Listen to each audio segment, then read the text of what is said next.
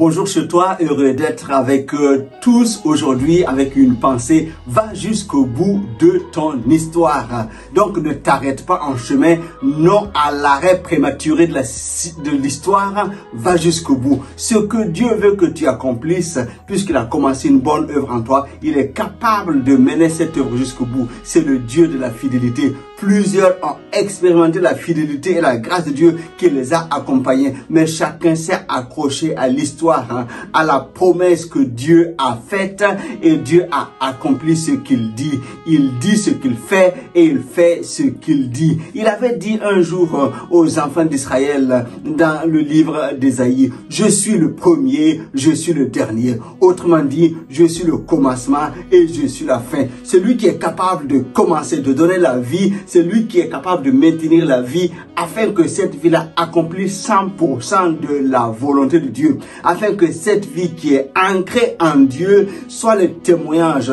de sa fidélité, de sa grâce et de sa présence parmi les siens. Donc je fais un clin d'œil à toi qui m'écoutes et qui n'a pas encore fait un pacte, une alliance avec Dieu. Je t'y invite afin que tu vives quelque chose de singulier, la paix et la joie, et que l'impossibilité devienne possibilité et que les adversités deviennent opportunités. C'est possible parce que Dieu, il veille sur sa promesse pour l'accomplir.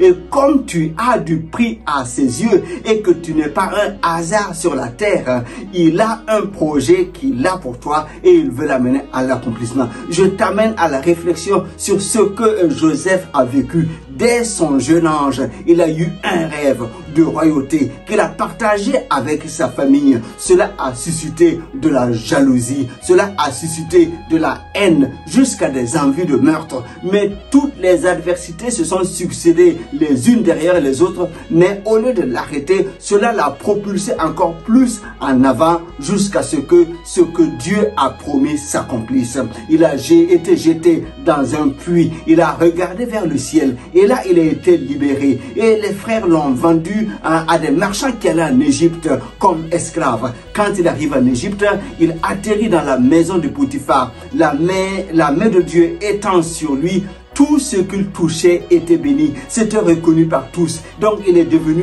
le gestionnaire de toute la maison de Potiphar. Et là, il était jeté injustement en prison. Et là aussi en prison, il était rendu responsable des prisonniers. Et Dieu était avec lui. Il expliquait les songes et les rêves que les uns et les autres vivaient. Jusqu'à ce que l'heure sonne, ils sortent de prison pour être intronisés premier ministre d'Égypte. Mais Joseph a été mis là pour précéder ses frères parce qu'un temps de famine devait arriver et c'était lui qui devait être le solutionnaire de ce problème-là. Donc tout le plan de Dieu a été mis pour qu'il vienne à la royauté afin de préserver sa famille et toute l'Égypte de ce temps de famine, afin aussi que s'accomplisse ce que Dieu avait dit à Abraham, ta descendance sera dans un autre pays pendant 400 ans, mais je les délivrerai. Je viens te dire,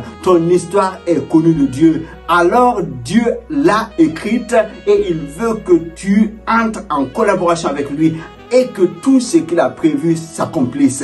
C'est possible. Il a commencé, il l'achèvera. Ça ne s'arrêtera pas avant. Va de l'avant.